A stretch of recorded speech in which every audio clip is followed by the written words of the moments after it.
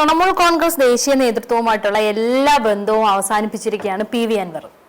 May 15 മുൻപ് പുതിയ സംസ്ഥാന പാർട്ടിക്ക് രൂപം കൊടുക്കുമെന്നും അൻവർ പറഞ്ഞിട്ടുണ്ട്. ഇപ്പൊ അൻവർ എന്താ പിണങ്ങിപ്പോയെന്ന് ചോദിച്ചു കഴിഞ്ഞാൽ, നിയമസഭാ തെരഞ്ഞെടുപ്പിൽ തൃണമൂൽ കോൺഗ്രസിന്റെ ദേശീയ നേതൃത്വത്തിൽ നിന്ന് തനിക്ക് യാതൊരു പിന്തുണയും കിട്ടിയിട്ടില്ല എന്നുള്ള ദേഷ്യമാണ് പുള്ളി ഇപ്പൊ ഇറങ്ങിപ്പോവാനുള്ള കാരണം. എന്റെ സംശയമല്ലേ, ഈ PV അൻവർ എന്ന് പറയുന്നൊരു നേതാവ് തൃണമൂൽ കോൺഗ്രസിൽ ഉണ്ടോ എന്ന് മമതാ ബാനർജിക്ക് അറിയത്തില്ല. അതുകൊണ്ട് എളുപ്പമല്ലേ ഇറങ്ങിപ്പോയി. ദേശീയ നേതൃത്വത്തിന് അറിയത്തില്ല ഇങ്ങനെ ഒരാള് കേരളത്തിൽ മത്സരിക്കുന്നുണ്ടെന്നുള്ള കാര്യമൊന്നും. ഇതിനകത്ത് രസകരമായ ഒരു കാര്യം എന്താണെന്ന് വെച്ച് കഴിഞ്ഞാല്, ഈ തെരഞ്ഞെടുപ്പിൽ ഈ ബേപ്പൂരിൽ പോയി മത്സരിച്ച് പിണറായിസത്തെ മരിമോനിസത്തെ ഇതിനെയൊക്കെ ഇല്ലാതാക്കുക എന്ന് പറയുന്ന ഒരു വലിയ ലക്ഷ്യം എടുത്ത് തലയിൽ വെച്ചിട്ടാണ് PV അൻവർ മത്സരരംഗത്തേക്ക് ഇറങ്ങിയത്. നമ്മൾ മനസ്സിലാക്കേണ്ട ഏറ്റവും പ്രധാനപ്പെട്ട കാര്യം, ഇത് രണ്ടും നടക്കുന്ന കാര്യമൊന്നുമല്ല. പിണറായിസം അവസാനിപ്പിക്കുക. എന്താണ് പിണറായിസം?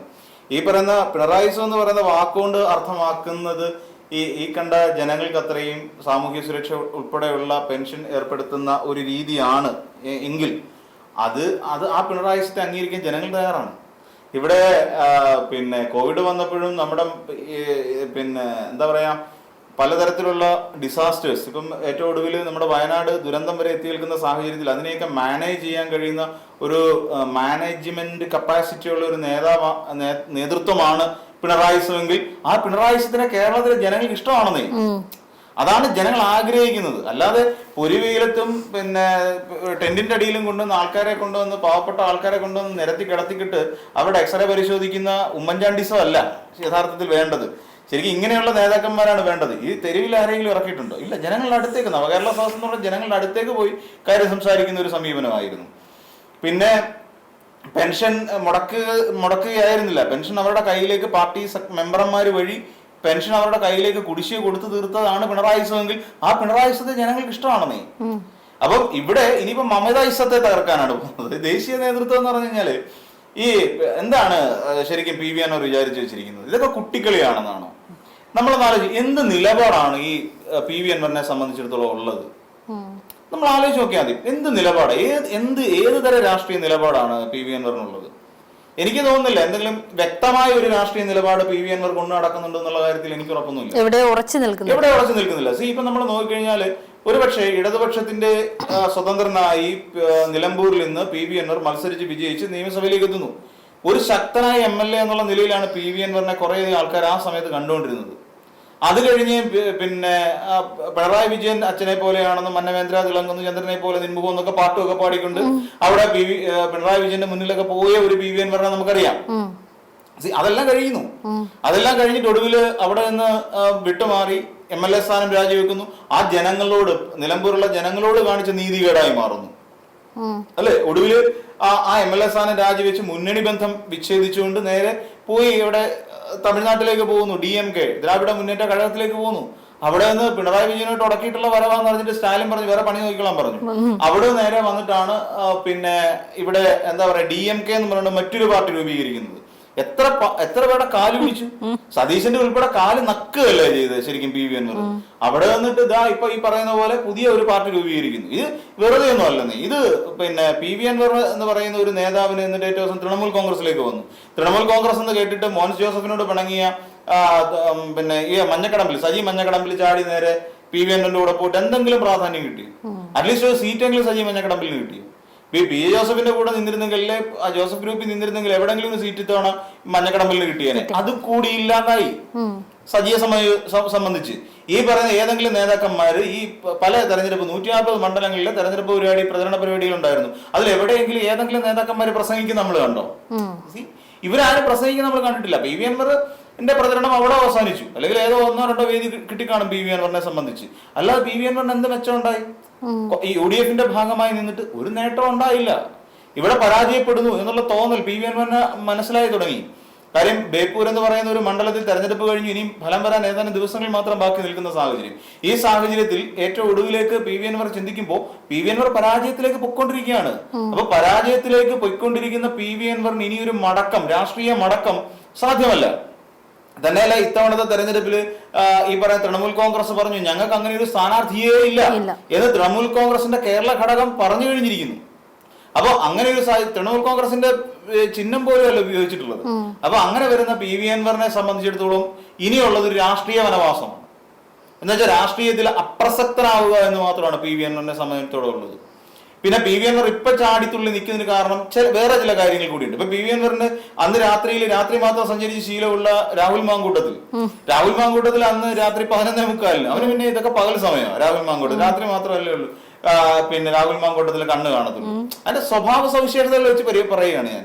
അപ്പൊ രാത്രി 11:45 പി വി അൻവറിന്റെ പിന്നെ വന്നൊരു മണിയറവാതിൽ മുട്ടി വിളിക്കുന്ന പോലെ അവിടെ നിന്ന് പി വി അൻവറിന്റെ മുട്ടി വിളിച്ചത് അത് വെറുതെ ഒന്നുമല്ല രാഹുൽ പോയത്. എല്ലാരും പറഞ്ഞ VD സതീശൻ ആണെന്ന് ഒന്നുമല്ല, അത് KC വേണുഗോപാലിന്റെ നയതന്ത്രമായിരുന്നു. അപ്പൊ അങ്ങനെ അവിടെ പോയി സംസാരിച്ച് ഡീൽ ഉറപ്പിച്ചതിന്റെ ഭാഗമായിട്ടാണ് പി വി അൻവർ മുന്നണി പിന്നെ UDF ഭാഗമാകുന്നത്. KC പറഞ്ഞാൽ VD സതീശനെ കേൾക്കാതിരിക്കാൻ പറ്റത്തില്ല. അപ്പൊ അതുകൊണ്ട് അത് പ്രകാരം ഈ പിന്നെ പി വി അൻവർ നേരെ ഇതിലേക്ക് വരുന്നു. ഇപ്പൊ തോൽക്കാൻ പോകുന്നു എന്നുള്ള തോന്നൽ പി വി അൻവറിനുണ്ട്. ഇനിയിപ്പോ കേരള രാഷ്ട്രീയത്തിൽ പിടിച്ചിരിക്കണമെന്നുണ്ടെങ്കിൽ തൃണമൂൽ കോൺഗ്രസിന്റെ ബാനറിൽ പറ്റില്ല. അതിന് പകരം ഏതെങ്കിലും ഒരു ഈ പറയുന്ന UDF ഭാഗമാണ് എന്നൊരു തോന്നൽ ഉണ്ടാക്കിക്കണം.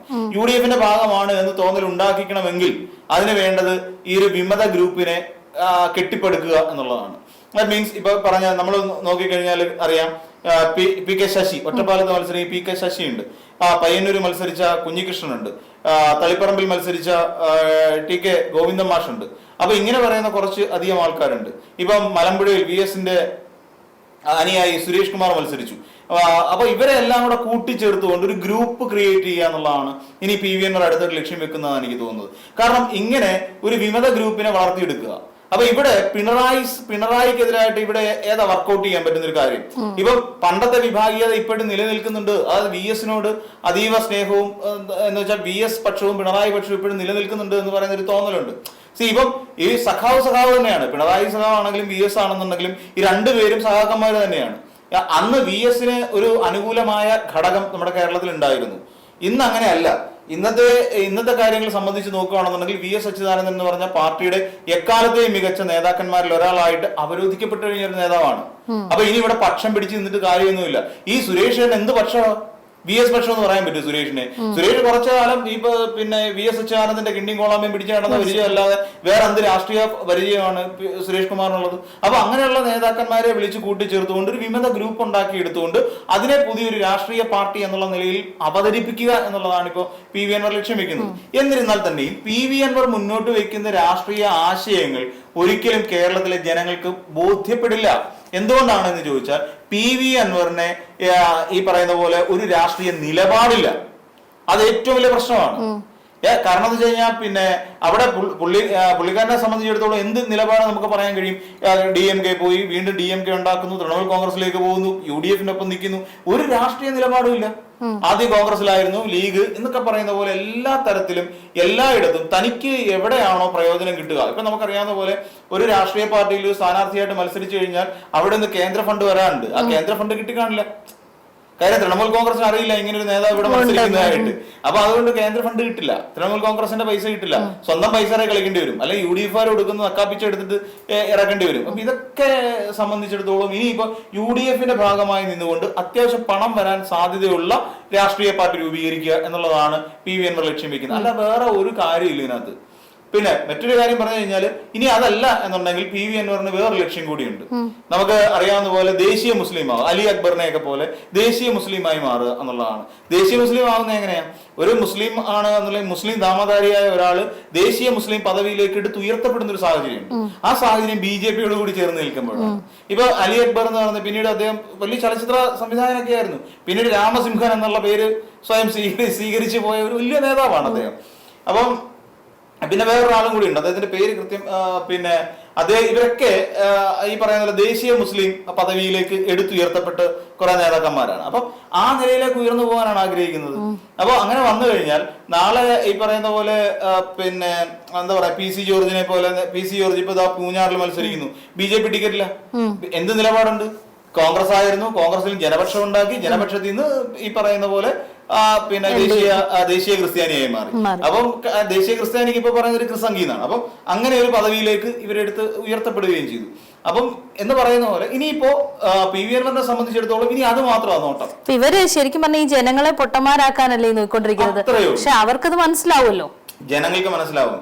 പിന്നെ ജനത്തിന് മനസ്സിലാവുന്നതിന്റെ ഒരു പ്രശ്നം എന്ന് വെച്ച് കഴിഞ്ഞാല് ഇതിനകത്ത് ചില പ്രതിസന്ധി ഉള്ളതെന്ന് വെച്ച് കഴിഞ്ഞാൽ പി വി അൻവർ ചില കാര്യങ്ങൾ കള്ളം സത്യമാണ് എന്ന് പറഞ്ഞാൽ ധരിപ്പിക്കും. നമുക്കറിയാം PV അൻവർ ഇതിനു മുമ്പ് നിയമസഭയിൽ നടത്തിയ ഒരു വലിയൊരു പ്രസംഗമുണ്ട്.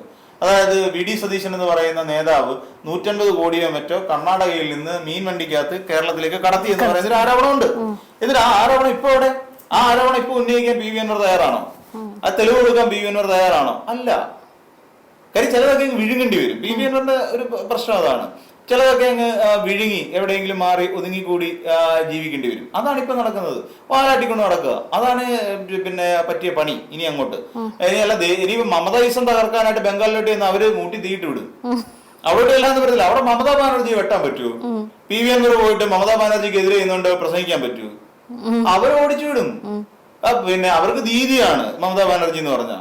അവിടെ ചെന്നുകൊണ്ട് ദീദിക്കെതിരായിട്ട് ഒരു വാക്ക് സംസാരിച്ചു നോക്കട്ടെ. പിന്നെ PV അൻവറിനെ നോക്കുക വേണ്ട, കേരളത്തിലേക്ക് പ്രതീക്ഷിക്കുക വേണ്ട. നമ്മൾ വിചാരിക്കും അവിടുത്തെ ഏതോ വലിയ നേതാവാക്കുന്നു, ഒന്നുമില്ല. പിന്നെ ഇങ്ങോട്ട് വിടത്തില്ല പിന്നെ PV അൻവറിനെ. ആ കേരളത്തിലെ ആൾക്കാരുടെ മുന്നിൽ നിന്നുകൊണ്ട് ഞാൻ മമതായുസം എന്നൊക്കെ പറഞ്ഞ് ഞാൻ മമതായുസത്തിനും എതിരാണ് എന്നൊക്കെ പറഞ്ഞ് വേണമെങ്കിൽ ഒരു കത്തിക്കാൻ ശ്രമിക്കാം. ഞാൻ ദേശീയ തലത്തിലെ കേന്ദ്രത്തിൽ നിന്ന് വിട്ടു നിൽക്കുന്നു. എന്ത് കേന്ദ്രമാണ് PV അൻവർ? എന്ത് കേന്ദ്രമാണ്? നമ്മൾ ആലോചിച്ച് നോക്കിയാൽ മതി. എന്ത് കേന്ദ്രമാണ്? അങ്ങനൊന്നും ഇല്ല. സത്യം പറഞ്ഞാൽ അങ്ങനൊന്നും നമുക്ക് അവകാശപ്പെടാൻ കഴിയുന്ന ഒരു നേതാവൊന്നുമല്ല. ഇപ്പം ശരിക്കും പറഞ്ഞാൽ തോൽവി ഭയന്നു. തോൽവിയിൽ നല്ല കാര്യം. ബേപ്പൂര് പോലെ ഒരു മണ്ഡലം, അതും കമ്മ്യൂണിസ്റ്റ് പാർട്ടിയുടെ കോട്ടയാണെന്ന് അത്. അവിടെ CPM തന്നെയാണ് വിജയിച്ചുകൊണ്ടിരിക്കുന്നത്. അവിടെ പിന്നെ പൊതുമരാമത്ത് വകുപ്പ് മന്ത്രിയായിരിക്കുന്ന മുഹമ്മദ് റിയാസിനെതിരെയാണ് മത്സരിക്കുന്നത്. അവിടെ പോയി മത്സരിച്ച് ജയിച്ച് നിയമസഭയിലേക്ക് എത്തുക എന്ന് പറഞ്ഞ പുള്ളിയുടെ വ്യാമോഹമാണ്. പിന്നെ PV അൻവർ ഇവിടെ കത്തിക്കാൻ ശ്രമിച്ചൊരു ഞാൻ ഇതിനു മുമ്പും പറഞ്ഞിട്ടുണ്ട്, ഒരു വർഗീയതയുണ്ട്. PV അൻവർ സ്ട്രൈറ്റ് ഫോർവേഡ് അല്ല. നമ്മൾ ഒരിക്കലും PV അൻവർ പിന്നെ ഞാൻ വർഗീയതക്കെതിരാണ് എന്നൊക്കെ പറയുമെങ്കിൽ തന്നെയും PV അൻവർ എന്ന് പറയുന്ന ഒരാള് വർഗീയതക്കെതിരല്ല, വർഗീയത ഊട്ടിയുറപ്പിക്കുകയാണ്. PV അൻവർ അവിടെ പറയുന്ന കഥകൾ എന്ന് പറഞ്ഞു കഴിഞ്ഞാൽ പിണറായി വിജയനെ ചേർത്തുകൊണ്ടാണ് പറയുന്നത്. മരുമോനിസം. ആ മരുമോനിസം എന്ന വാക്കിൽ തന്നെ അവിടെ ഉണ്ടാവും വർഗീയത. എന്തുകൊണ്ടാണെന്ന് വെച്ചാൽ വീണ വിജയന്റെ ഭർത്താവാണെങ്കിൽ തന്നെയും വീണ വിജയന്റെ ഭർത്താവാണ് മുഹമ്മദ് റിയാസ്. മുഹമ്മദ് റിയാസ് ആണെങ്കിലും ആരുടെയാണ്? ഹിന്ദുവായ ഒരു യുവതിയുടെ ഭർത്താവാണ്. അപ്പം വർഗീയതയുടെ ഒരു ആഴം അളക്കുന്നത് ഇങ്ങനെയാണ്. പിന്നെ തന്നെയും പറഞ്ഞു കഴിഞ്ഞാൽ രാഹുൽജിയുടെ കൂടെ നിൽക്കും എന്നാണ് പറയുന്നത്. ഞാൻ രാഹുൽജിയുടെ കൂടെ കേന്ദ്രത്തില് നയങ്ങൾക്കെതിരായിട്ട് പോരടിക്കും എന്നാണ് പറഞ്ഞത്. ആ രാഹുൽജിക്ക് തന്നെ അറിയത്തില്ല അടുത്ത ഭാവി എന്താണ്. മനസ്സിലായില്ലേ? രാഹുൽ ഗാന്ധിക്ക് പോലും അറിയില്ല നാളെ ഞാൻ എന്തായി തീരുമെന്നുള്ളത്. രാഹുൽ ഗാന്ധിക്ക് പോലും അറിയില്ല. ആരെങ്കിലും എന്താ രാഹുൽ ഗാന്ധിയുടെ ഫ്യൂച്ചർ പ്ലാൻ എന്ന് ചോദിച്ചാൽ ആവോ എന്നാൽ മേലോട്ട് നോക്കിയിരിക്കുന്നവരാണ് രാഹുൽ ഗാന്ധി. അല്ലാതെ രാഹുൽ ഗാന്ധിക്ക് ഫ്യൂച്ചർ പ്ലാൻ എന്ന് പറഞ്ഞൊരു സാധനമേ ഇല്ല. ഫ്യൂച്ചർ പ്ലാനും ഇല്ല.